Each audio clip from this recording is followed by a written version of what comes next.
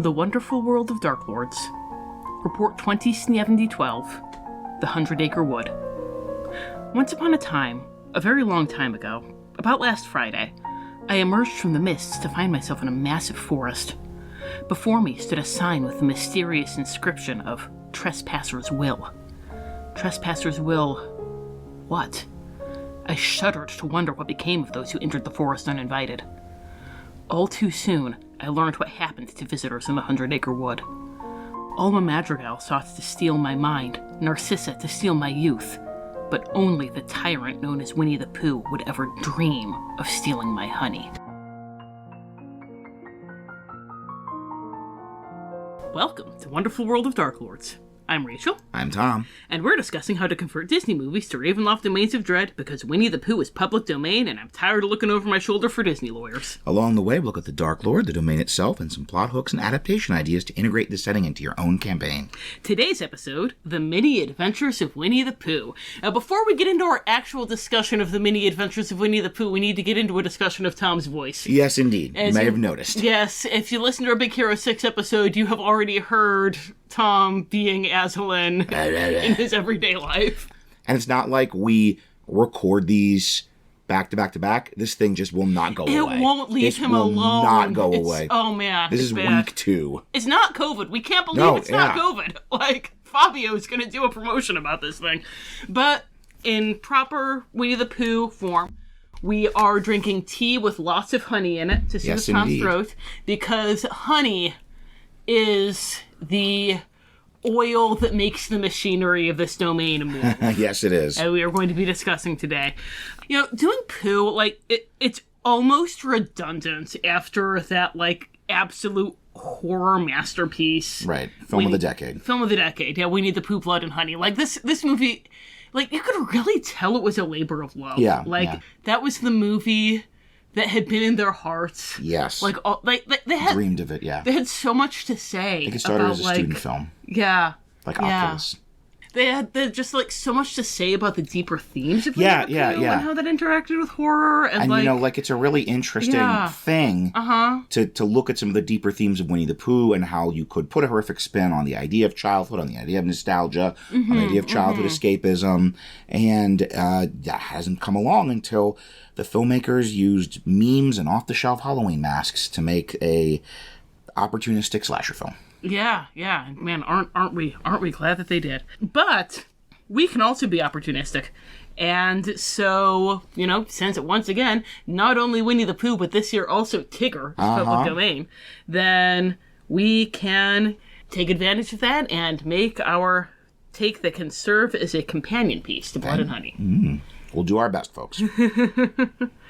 So there are a couple of candidates for, you know, who would be the Darklord of the 100 Acre Wood. We're going to talk about, you know, there's really just a embarrassment of riches if you want to talk about these really, like, Byronic figures. Right, yes. Yeah. Oh, God, it was really hard to choose. But, you know, we did eventually choose. We decided who our Darklord was. And we're going to talk about them in a section we call The Lord.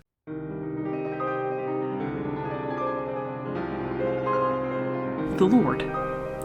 Winnie the Pooh, a bear of very little brain, rules the 100 Acre Wood with a sticky golden fist.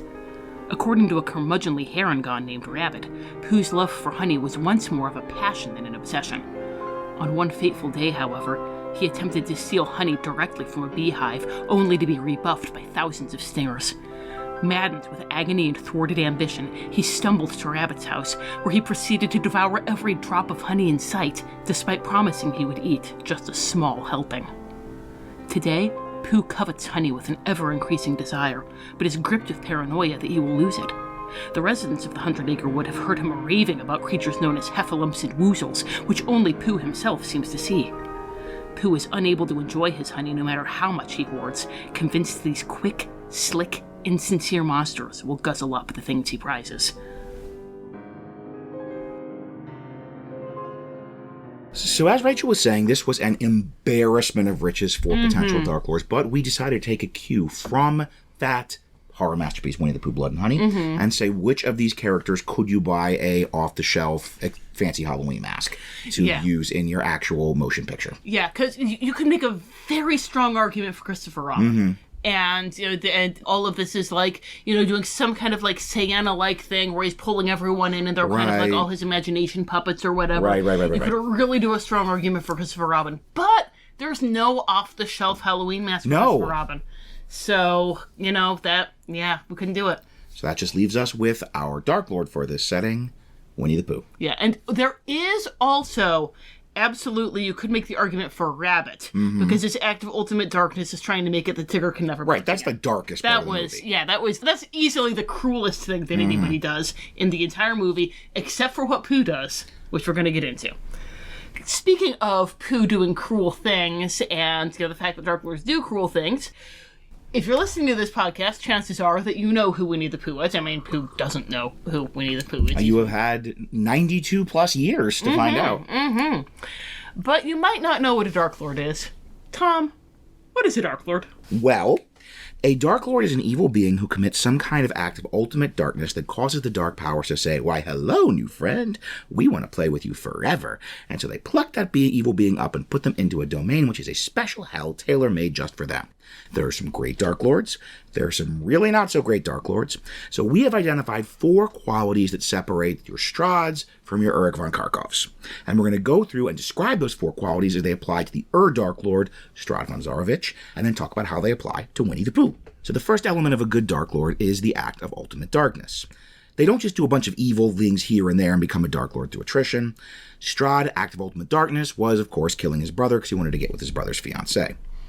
Our second element is what they call in Van Richten's Guide to Ravenloft, the Torment.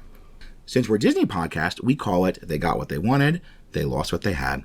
In Strahd's case, it's, congratulations, you did kill your brother, he's out of the way. You have eternal youth, you're not too old for Tatiana anymore, but you're too Strahd for Tatiana. You are too Strahd for Tatiana. You are still you, and you are what she does not want. Our third element is an element of tragedy and relatability. They aren't just evil for the sake of being evil. Strahd is a horrible incel, but no matter who you are, unrequited love sucks. Our final element is that domain reflects the Darklord or their curse in some way. Strahd is the lord of Barovia, which is spooky gothic vampire land. He is not the Darklord of evil steampunk Megalopolis. And Barovia is this boring mud slope to reflect that curse of loneliness. He's lonely because he can't be with Tatiana, and Barovia is such a boring place he can't find anyone to move on with if he wanted to, which he doesn't. So those are our 4 qualities that we, pulling from that Darklord Strahd, have identified as the thing that make a strong Darklord. So Rachel, tell us about how Winnie the Pooh, the Winnie the Pooh. The Winnie the Pooh. Winnie the Pooh. Of Winnie the Pooh, Blood and Honey, fits those 4 qualities, and thus is a good Darklord. Well, our first quality is that act of ultimate darkness, which is, of course, eating all of Rabbit's honey. Right. And the thing here, it's like we've talked about with some of our other Darklords, with Shere Khan, or like if you've listened to our Hades Town episode. It's not eating the honey. Pooh eats honey all the time. But he said a small smackerel. And then he ate all the honey. He went against his word and his own moral code. Pooh arguably does worse things in the course of the movie, like being racist against Heffalumps and Woozles. But in eating all of Rabbit's honey, when he said he wanted a small smackerel, as we mentioned, like with Hades in Hades Town or Shere Khan, he is crossing a moral line that he has never crossed before. He's violating, as you said, his own moral code. That leads us to his torment. He got what he wanted. He lost what he had. He got all of Rabbit's honey. He did. But the thing is, when you eat all the honey, you've eaten all the honey. Yes. You can't have all your honey and eat it too. No, you can't. And so it gives him this almost like supernatural craving for honey. Yes. That he'll always want more honey. He won't have it. And that's not even getting into the temporary torment of being a wedged bear in a great tightness. Right, being stuck in a rabbit's door. Irremovable. Because his tummy is too full of honey. Yes. But I hope you enjoyed that honey, Pooh, because that's the last honey you're ever going to have. Because we see, later in the movie, there's, he goes to Owl's house on the blustery day. Not the Owl house on the blustery day. That's a totally different thing. No. But he goes to Owl's house on the blustery day, and the wind is blowing the house back and forth. Yes. So he's reaching for the honey, and it's sliding back and forth on the table. And then, Tigger comes, and Tigger eats his honey, and he doesn't even enjoy the honey. Yes, but he's taking it. Yeah, because it's to kind of reflect Pooh's original sin of taking honey. And then, we have the Heffalumps and Woozles. He's just sinking into this paranoia. Right, it's just this fever dream of terror. Honey melting into Woozles. Woozles melting into honey. Heffalumps turning into trains. Pink Heffalumps on parade. Yes. So, that's the thing. Even when he gets honey, he can't enjoy it. And he has to be up all night with his little pop gun marching back and forth protecting his honey. And really, we mentioned Hades' Son just kind of in passing, talking about his fact of ultimate darkness. Right. But this really, there are so many connections between Winnie the Pooh and Mr. Hades. They have a lot in common. He imagines his honey in the arms of the sun. Of Tigger or a Heffalump. And that greed, that covetousness is just... He's so afraid to lose what he has, but it's already gone. And then, that brings us to that element of tragedy and relatability. Yes. We've all had rumblies in our tumblies. Yes, we have. And we've all wanted honey. Like Tom, I think that right now you were really, feeling that. I don't want to get too personal here, but with the way that this honey is, in the tea is working for you. Yes. I hope this is something that you're comfortable sharing, in a public forum, but that you really are struggling with this desire for honey. And but it's really a bottomless desire for honey because you finish it and then your throat hurts again. And then my throat hurts again. Yeah. And is a Heffalump going to take it from me before you make another toddy? That happened last night. And then finally, we have the domain reflecting the personality or the curse. So in the 2011 Winnie the Pooh movie... Which is really good. You should watch it. Yes. All joking aside, this is not a April Fool's Day joke. Good. This is fantastic and amazing. Watch it. Okay, we're going really back. Appreciated. So in the 2011 Winnie the Pooh movie, there's a bit where he has the everything is honey. Yes. And he's imagining everyone turning into honey. I'm just saying the word honey over and over again. All they can say is honey. And that's not what the 100 Acre Wood is. No. The fact that everything isn't honey. Yes. Is, if he weren't cursed, maybe everything would be honey. We don't know. Yes. And it's so smart. It's so smart that all of them have these unfulfilled longings. Yes. That are reflecting Pooh's long rabbit, he's kind of our Squidward. He just wants to be left alone, and he wants order. Right. And Piglet, he wants to be brave, even though he's such a small animal. Owl just wants to pontificate constantly. Just Tigger wants to bounce all day. Right. And, not have people be annoyed by it. Sleep in quiet. Because she's a mom. But none of them can get those things, especially Kanga. Right. Yes. And that is reflecting that curse that Pooh has of absolutely unfulfilled. Yes. I wonder sometimes if Winnie the Pooh was intended as a Buddhist parable about attachment. I think A.A. Milne spent time in Tibet. I think he did. So that's the reason why we're making Winnie the Pooh a Dark Lord. And as a Dark Lord, he has certain powers. So, some of those powers he has just by nature of what he is, and others are special gifts granted to him by the Dark Powers. So we start with that he has base stats similar to a Pooh Bear. And that was in Tasha's, right? It was in the old Mordenkainen's. They took out, the new one, they took out the racist stuff in the Pooh Bear. But you can still get it on D&D Beyond if you look for the Legacy section. Yeah, and I want to say he was in the Fiend Folio, too. So if you look into some of the older material, bingo, then you can find the Pooh Bear there. And that's enough. The Pooh Bear gives you most of the powers and abilities he needs to replicate what we see in the movie. But we are adding a couple of things. So we added a couple of powers just to totally replicate what we see in the movie. And one, I think this is an obvious one, it's probably what you would have thought of, is that nose for honey. That we have when they're lost in the mist, they're lost in the forest, and he says, I have a nose for honey. That's one of the most Ravenloft scenes we get in any Disney movie. So they're wandering around in the woods, and they can't find their way out because they're in the mist. Hello. Yeah. So he can detect honey, he can tell where honey is. And it's a very PC move, actually, to use that as a navigation thing, to actually be I know I have honey in my house, so I get to thwart the DM getting me lost by using my detecting honey. It's like the good old casting locate object. Exactly. Locate my bed. Exactly, yeah. So I can find my way through this maze, or whatever. And also we have, this was Rachel's idea, this is very clever. We want to reflect him being a little black rain cloud. That's a really important part of his character. Right, yeah. And it's something your PCs are going to expect to have, like an iconic Winnie the Pooh encounter. So Rachel said he can cast gaseous form, basically at will, but it's a unique version of gaseous form that needs a balloon as the material component. Yes. You have to have such a thing as a balloon about you. Exactly. And I love this detail. Yes, thank you. So, of course, because he's Pooh, he's going to be using gaseous form to try to get honey. Right. But as soon as he gets honey, he can't really carry it in his gaseous form anyway. Mm-hmm. So even if he's able to touch honey in his gaseous form, like if he were able to figure out some way to taste or consume it in his gaseous form, the moment he touches honey, it's dispelled, and that way the bees can come after him. Right. And this is the sort of externalizing that internal torment with the power. So obviously with the nose for honey, that does it automatically because it means he's always aware of honey around him. That he's not going to. Oh, man. But this is also, he could theoretically use this power to get honey from the bees, but as soon as he touches it, it's gone.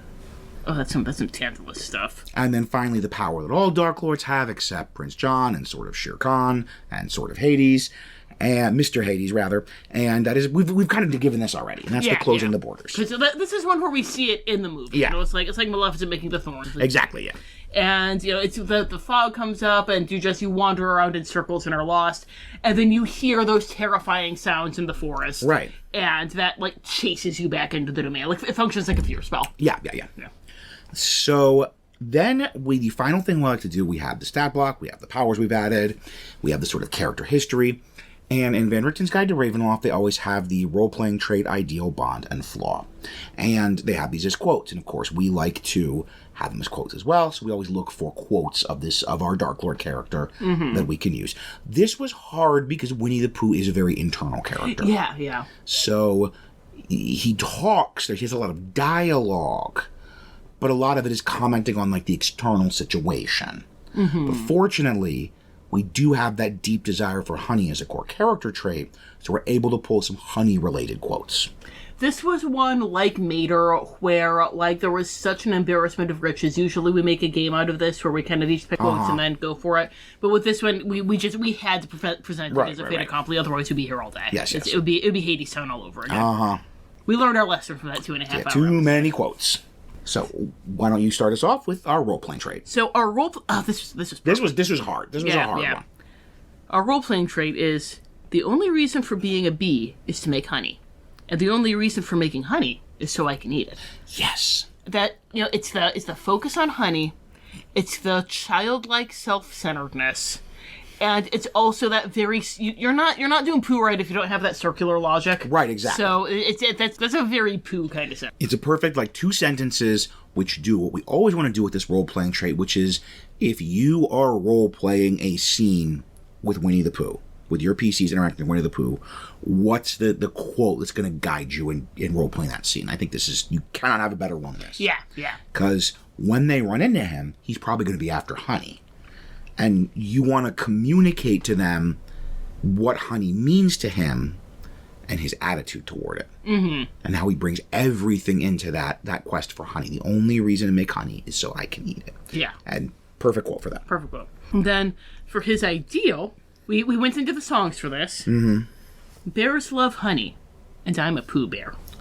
So I do care. I do care. And he sees his love of honey as being central to his identity. It's such a crucial part of him. It's not just his bond, although spoilers, it's also his bond. Yes, yeah. But it's also his ideal, and he cannot imagine himself. If he stopped going after honey, he wouldn't really be a Pooh Bear anymore in his mind. Because bears love honey. Yeah. And he's a Pooh Bear. So he does care. Right. And then the bond, this was a little tricky because he a lot of times is talking about honey, but there's this assumption of the love of honey. We don't have as many quotes where he expresses that honey's so important because that's very assumed. Other than the ideal, but that had to be his ideal. That had to be the ideal, yeah. But then Rachel found My favorite thing, talking to Christopher Robin, my favorite thing is me coming to visit you, and then you ask, how about a small smackerel of honey? And this is also really useful for the GM because it also expresses that bond with Christopher Robin, which I think is going to be the main way you'll be able to reach Winnie the Pooh. If you want to resolve this in a non-combat way. Yes. Like, I know... If the PCs just are willing to give him their honey. Yeah, or, they might be able to appeal to the better angels of his nature with Christopher Robin, too. And, because I know your PCs are really looking forward to that Winnie the Pooh boss fight. Right, absolutely. Like, they just, man, he is a tactical beast. And, like, they've read all of, like, the Reddit threads and the, what's it called? The monsters are smart. The monsters know what they're doing. The monsters know what they're doing. They've read the monsters know what they're doing entry about Pooh Bears. So, it's like with Strahd, the wall clips, gaseous form, biting. Just watch Winnie the Pooh, Blood and Honey.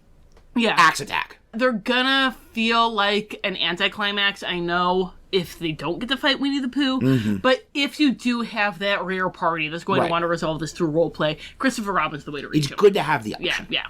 And then finally, of course, our flaw, and it was just, once again, he doesn't have many quotes where he's talking about loving honey too much.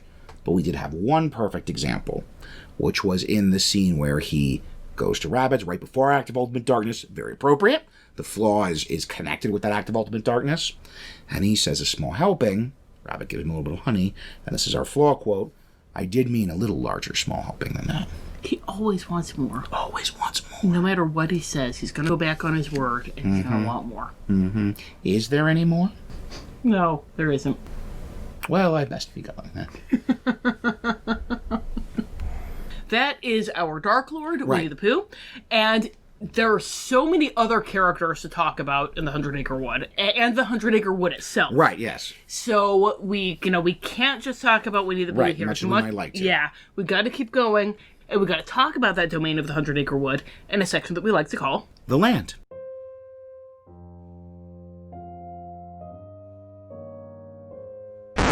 Okay, that's not bad. Unlike Winnie the Pooh, Blood and Honey, we know this is just funny as a little, meme bit. Not a whole movie with off-the-rack. God.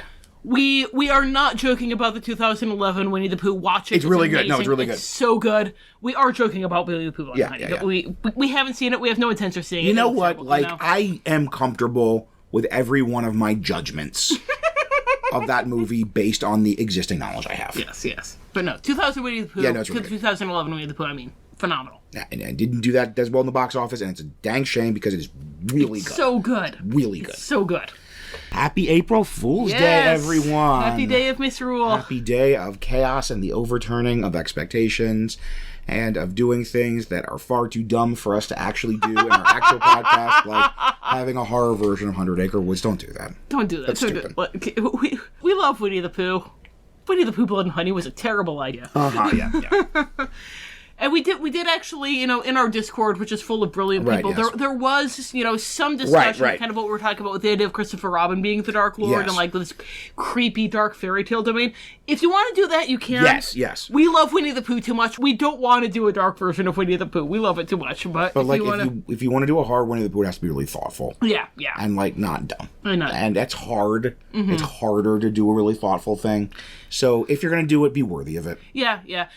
I would even say if you do... I can't believe we're getting serious in this episode. But I would say if you wanted to do a Winnie the Pooh inspired episode, then, completely change the names. Have it be this kid's, toy... kind of do, the Justice League episode. The Justice League episode, or Stuffed Fables. Something like that, like a dark version of Stuffed Fables, where you're, having all these stuffed animals and everything, but they're not Winnie the Pooh. Because as soon as you bring Winnie the Pooh in, then it becomes a shock value gag. So yes. Anyway, back to the funny stuff. So, happy April Fools. Happy April Fools. And we have our actual April episode coming up in a little bit, our normal episode drop time. It is extremely different from Winnie the Pooh. It's set in a wood. It is about a woods, yes. Which is probably at least 100 acres. Probably more, I would reckon. Yeah, I would also reckon. And we are, to not taking advantage of that, the time of misrule, to not only continue our tradition of a silly Disney joke episode that lets us check off a property on our list, but also to do an actual episode about a non-Disney animated movie that we really want to do an episode about. Yes.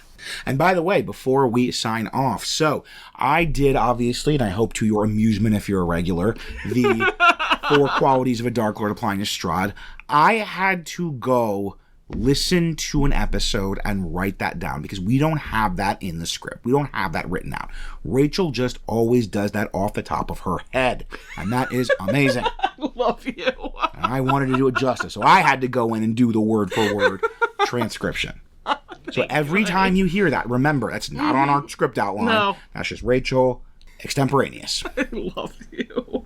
If you are a patron, just like last year, we are going to have on the Patreon the all corpsing outtake. Yes. I'll also have the Winnie the Pooh Dark Lord write-up. Yes, which is not going to be, it's not going to be patrons only. Just like Winnie the Pooh Dark Lord's write-up is going to be for everyone. All corpsing is going to be for patrons.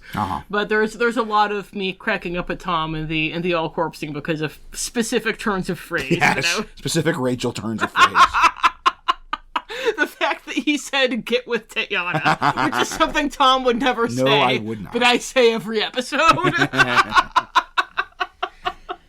So, happy April Fools. See you in about a week and a half for our actual episode, which I'm looking forward to. I hope you're looking forward to as well. And go out and have some fun. Until then, thank you for listening, and happy gaming.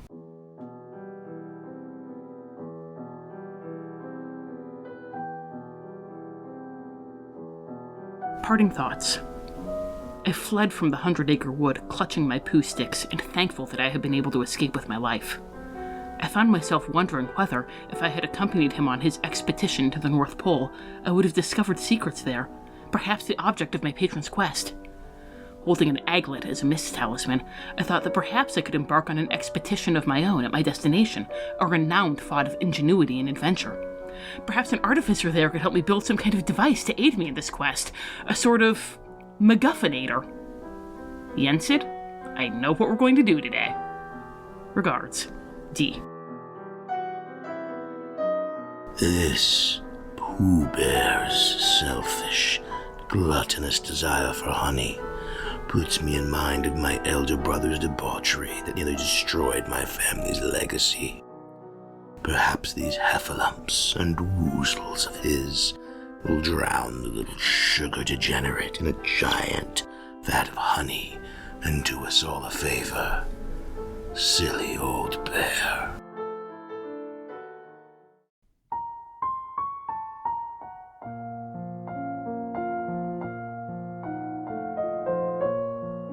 This has been The Wonderful World of Darklords. We have no affiliation with Disney or Wizards of the Coast. All music recordings used in this episode are in the public domain and were obtained through museopen.org. Titles and links are in the show notes. Dialogue for Yensid was written by Aslan Rex himself, who you can follow on Tumblr at Darklord Aslan. The Wonderful World of Darklords logo was designed by Haylight Jones. You can find links to their work in the show notes. If you'd like to support the show, look for us on patreon.com or find our tip jar on Red Circle. Thanks for listening.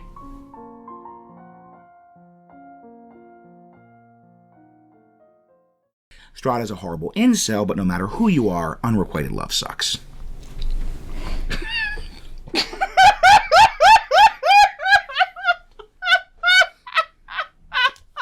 That's good tea. It's one thing when we're doing the pattern and it's all scripted, but this is, you're doing the things that I do off the cuff and just hearing it echoed back. Yes, no, I gotcha. It's amazing.